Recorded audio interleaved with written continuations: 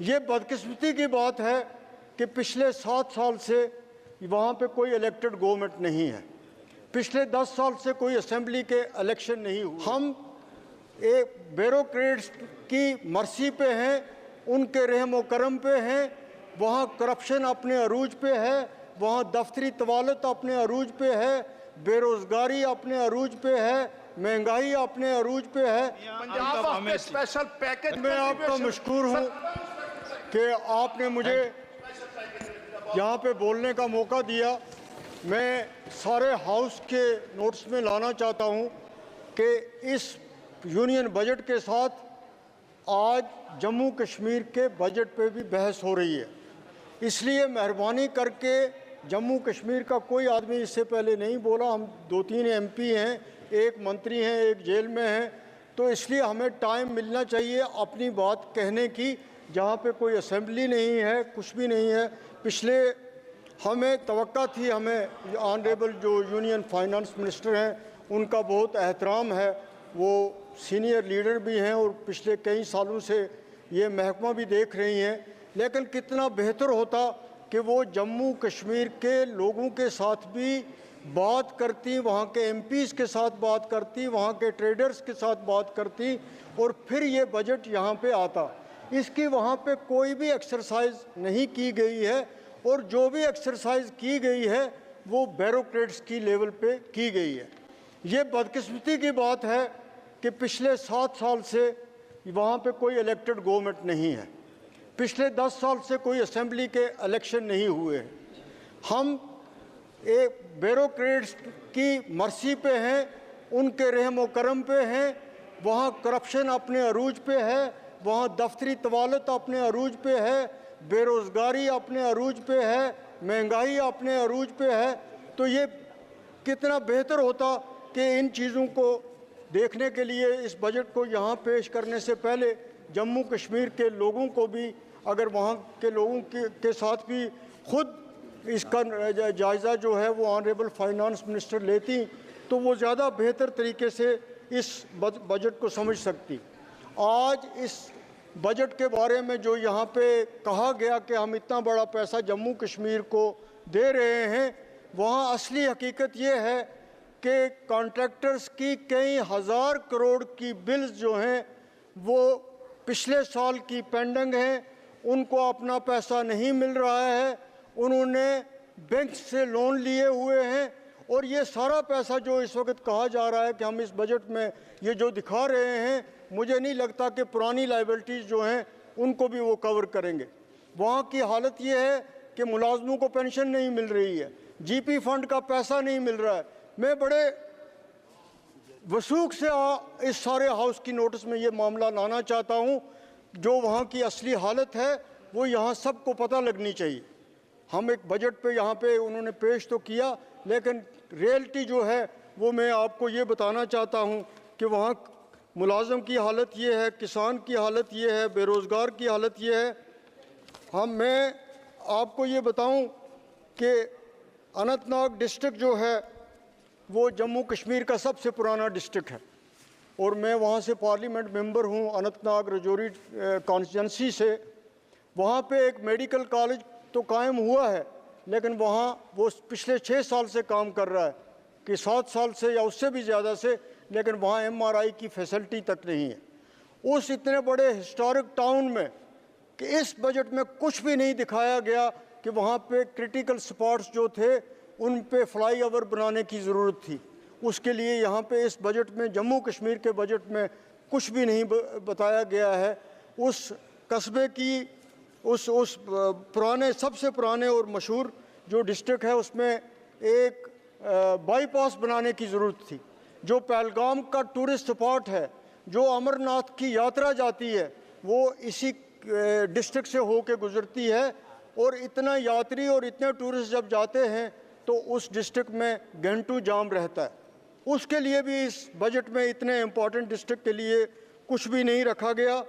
मैं आपकी नोट्स में ये भी लाना चाहता हूँ कि जम्मू कश्मीर में शेर Kashmir institute of medical sciences बहुत अच्छा काम कर रहा था। कश्मीरी डॉक्टर जो हैं वो अपने काम के लिए पूरी दुनिया में मशहूर हैं। जिस लगन और मेहनत से वो काम कर रहे हैं और जिस मेहनत से इस इंस्टीट्यूट को चलाया जा रहा था, अफसोस की बात है, परेशानी की बात है कि जिस तरह हमारी स्टेट ख़त्म की गई, इस तरह उस इंस्टीट्यूट की ऑटोनॉमी भी ख़त्म की गई और आज उसको हेल्थ और मेडिकल एजुकेशन डिपार्टमेंट के अंडर दे दिया गया है। और एक इंस्टीट्यूट जो एक पूरे जम्मू कश्मीर की खिदमत कर रहा था, वहाँ पे पूरे तरीके से काम मुतासर हो रहा है।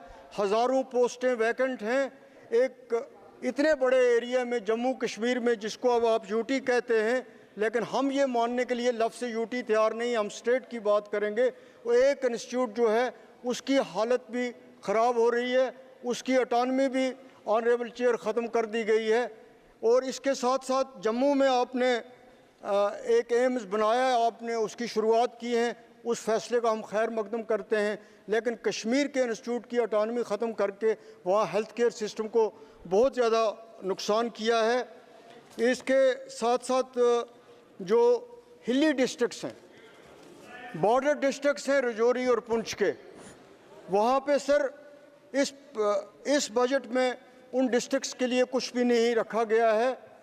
होना ये चाहिए था कि जो ये बॉर्डर डिस्ट्रिक्ट्स हैं, हिली डिस्ट्रिक्ट्स हैं, इनके लिए PMGSY में, PWD में, जल शक्ति में, इन महकमों में ज़्यादा एलोकेशन की जाती। वहाँ सड़क, वो मेरा पार्लियामेंट्री सेगमेंट है, वहाँ इतनी बुरी हालत है सड़कों की, वहाँ उनको हिस्सा नहीं मिल रहा है। स्टेट की जो एलोकेशन हो रही है वो उस बुनियाद पे नहीं हो रही है जहाँ पे ज़रूरत है। मैं तो ये आपसे कहूँगा कि एक हाउस कमेटी बनाइए, देखिए जो वहाँ पे बीकन के प्रोजेक्ट्स हैं, दोनों बॉर्डर डिस्ट्रिक्ट्स हैं रजौरी और पुंछ के। मैं ऑनरेबल डिफेंस मिनिस्टर से भी मिला, मैंने उनको ये भी कहा कि BRO की कारकर्दगी जो है वहाँ पे ना होने के बराबर है। एक 220 किलोमीटर का स्ट्रेच है जम्मू से पुंछ तक का, उसकी बुरी हालत है। तो मैं ऑनरेबल चेयर में आपसे गुजारिश करना चाहता हूँ कि इसी तरह हमारे वहाँ पे कैजुअल लेबर्स हैं, डेली वेजर्स हैं, वो पिछले कई सालों से उनको तनख्वाह नहीं मिल रही है। एक और बड़ा अहम प्रोजेक्ट है, उस पर कोई पेशरफ्त नहीं हो रही है। एक कुलगाम डिस्ट्रिक्ट से रामबन डिस्ट्रिक्ट के साथ दमाल हांजीपुरा से मोहर के साथ एक सड़क का प्रोजेक्ट था, वो प्रोजेक्ट पिछली सरकार में शुरू हुआ था, उस पर काम बंद पड़ा हुआ है और बहुत ज़्यादा लोग जो हैं वो उस प्रोजेक्ट की वजह से सफ़र कर रहे हैं।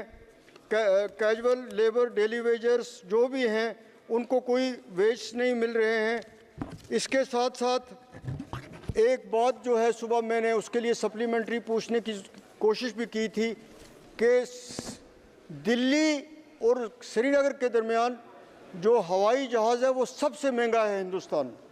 अगर वहाँ टूरिस्ट जा रहा है तो उसका मतलब ये नहीं है कि आम आदमी जो है वो ये बेचारा उस पेशेंट है।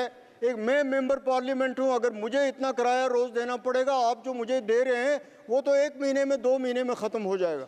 और कोई भी एयरलाइंस पे कंट्रोल नहीं है, ख़ास तौर पे जो श्रीनगर और ये रूट है इस पे कोई कंट्रोल नहीं है कि यहाँ पे जो मर्ज़ी है जिस एयरलाइंस की जो किराया वो मुकर्रर करे वो करती है, लेकिन वहाँ पे किसी इंसाफ के साथ काम नहीं लिया जा रहा है।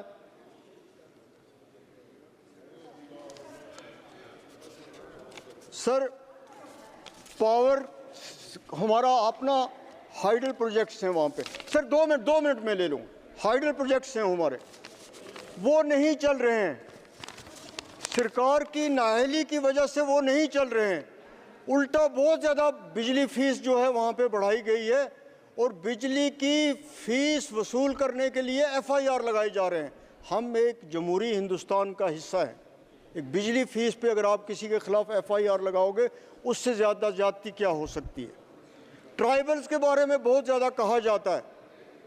मैं जो यहाँ पे यूनियन बजट पेश हुआ, मैं भी ट्राइबल कम्युनिटी से बिलोंग करता हूँ, ना उसमें ट्राइबल्स के लिए कुछ है, ना जम्मू कश्मीर के बजट में ट्राइबल्स के लिए कुछ भी कहा गया है, कोई उसके लिए पैसा नहीं रखा गया है। और मुझे कोई भी ये नहीं बता सकता है इस सरकार में कि ट्राइबल्स जो हैं उनके लिए क्या हो रहा है। कोई ये हमें बताए कि ट्राइबल का पैसा आया तो कोई 4 किलोमीटर की सड़क बनी क्या, कोई हॉस्पिटल बना उनके लिए, कोई स्कूल उनके लिए बना।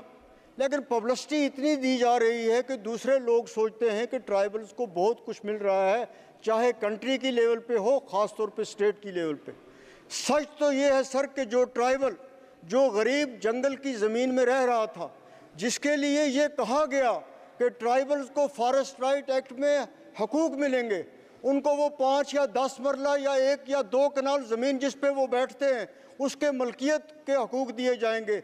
4-4 साल से लोग दर पदर हैं सरकारी दफ्तरों में, उनको कोई भी नहीं पूछ रहा है।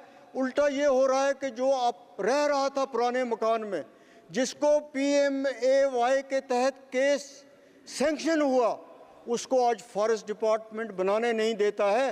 वो कहता है कि ये फॉरेस्ट की ज़मीन है, और गवर्नमेंट ऑफ इंडिया और वहाँ की गवर्नमेंट कह रही है कि हम ट्राइबल जहाँ बैठे हुए हैं उनको डिस्टर्ब नहीं कर रहे।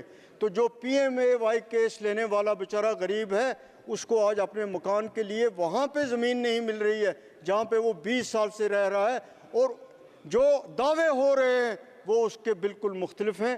हम ये चाहते हैं कि जम्मू कश्मीर के साथ जो ये नाइंसाफ़ियाँ हैं, सियासी तौर पे हों, ये एडमिनिस्ट्रेशन के लिहाज से हों, फंड्स के लिहाज से हों, डेवलपमेंट के लिहाज से हों, बेरोज़गारी से के हवाले से हों, ये चीज़ें जो हैं ये दूर होनी चाहिए। हमें तवक्का है कि ऑनरेबल फाइनेंस मिनिस्टर जब ये जवाब दें तो ये हमने जो कुछ कहा है, ख़ास तौर पे कॉन्ट्रैक्टर्स हों, बेरोज़गार हों, कैजुअल हों, उनके बारे में जो कुछ कहा है, या बॉर्डर डिस्ट्रिक्ट्स के बारे में कहा है। सबसे अहम बात थी सर, रियासी में रेल पहुंच गई है, कटरा से आगे रियासी है, रियासी से सिर्फ 40 किलोमीटर है रजौरी पुंछ का एरिया, लेकिन इस बजट में रजौरी पुंछ की रेलवे लाइन के मुताबिक कुछ नहीं कहा गया। बहुत बहुत शुक्रिया आपका।